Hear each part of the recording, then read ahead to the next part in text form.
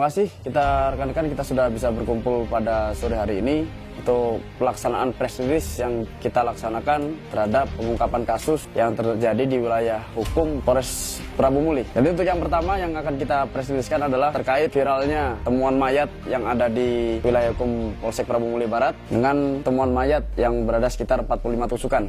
Jadi setelah kami laksanakan penyelidikan, terbitlah laporan polisi LPB nomor 18 bulan 6 tahun 2023 SPKT Polsek Prabu Muli Barat, Polres Prabu Muli, Polda Sumatera Selatan, tanggal 10 Juni 2023 tentang tindak pidana pembunuhan sebagaimana dimaksud dalam pasal 338 KUH Pidana yang terjadi pada hari Jumat tanggal 9 Juni 2023 sekira pukul 3.30 di Jalan Jenderal Sudirman, Simpang 4, RT RW 11, Kelurahan Pati Galung, Kecamatan Prabu Muli Barat, Kota Prabu Muli. Korban atas nama Dian Juliasa, umur 16 tahun, pekerjaan, pelajar, alamat Desa Simpang Tanjung, Dusun 4, Kecamatan Belimbing, Kabupaten Muara Enim. Pelaku bernama Robial Sah alias Iyal bin Tanhar Juni, umur 19 tahun, pekerjaan buruh, alamat Desa Cinta Kasih 2, Kecamatan Belimbing, Kabupaten Muara Enim. Pasal yang dilanggar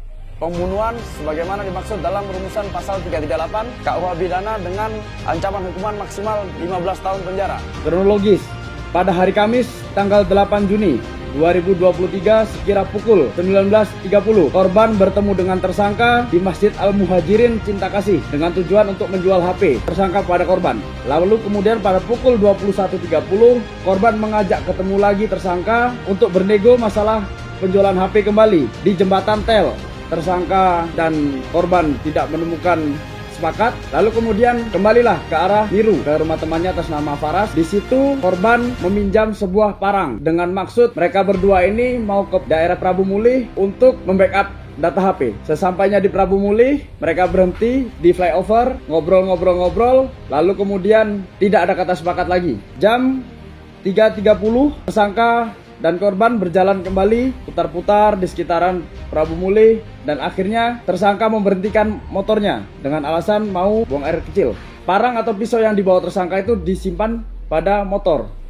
Jadi ketika tersangka kencing sambil mengatakan, "Ayo, jadi dak oi.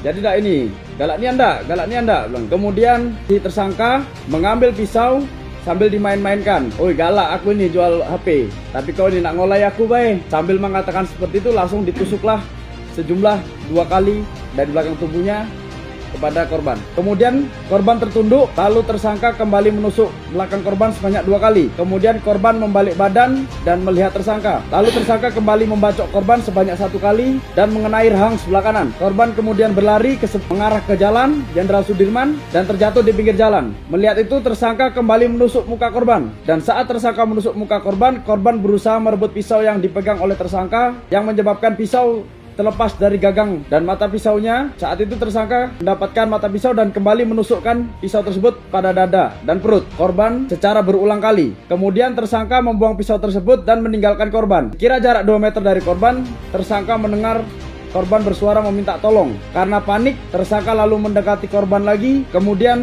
kembali mengambil pisau dan menusukkan kembali di bagian dada dan perut. Terakhir di ulu hati ditancapkan sangat keras sampai dia sudah tidak bersuara lagi. Setelah itu korban pergi dan mengambil sepeda motor korban dan membuang pisau di pinggir Jalan Jenderal Sudirman yang berjarak sekitar 50 meter dari korban. Lalu korban menggadaikan sepeda motor tersebut sebesar 2 juta rupiah. Barang bukti yang ditemukan, yang pertama ada pakaian dari korban, kemudian 1 buah pisau. Jadi pada saat kejadian tersangka ini membawa 2 pisau sudah siap. Jadi korban membawa parang, tersangka membawa 2 pisau. Lalu kemudian ada gagang pisau yang terlepas karena korban berusaha merebut kembali. Lalu kemudian di sini ada kwitansi dari hasil gadai motor korban. Untuk proses penangkapan, jadi ketika berita itu viral, kami tim opsional gabungan berusaha berkoordinasi dengan Polres yang ada di sekitar Polres Prabu Muli. Apakah ada warganya yang hilang? Ternyata seruan kami ini disambut oleh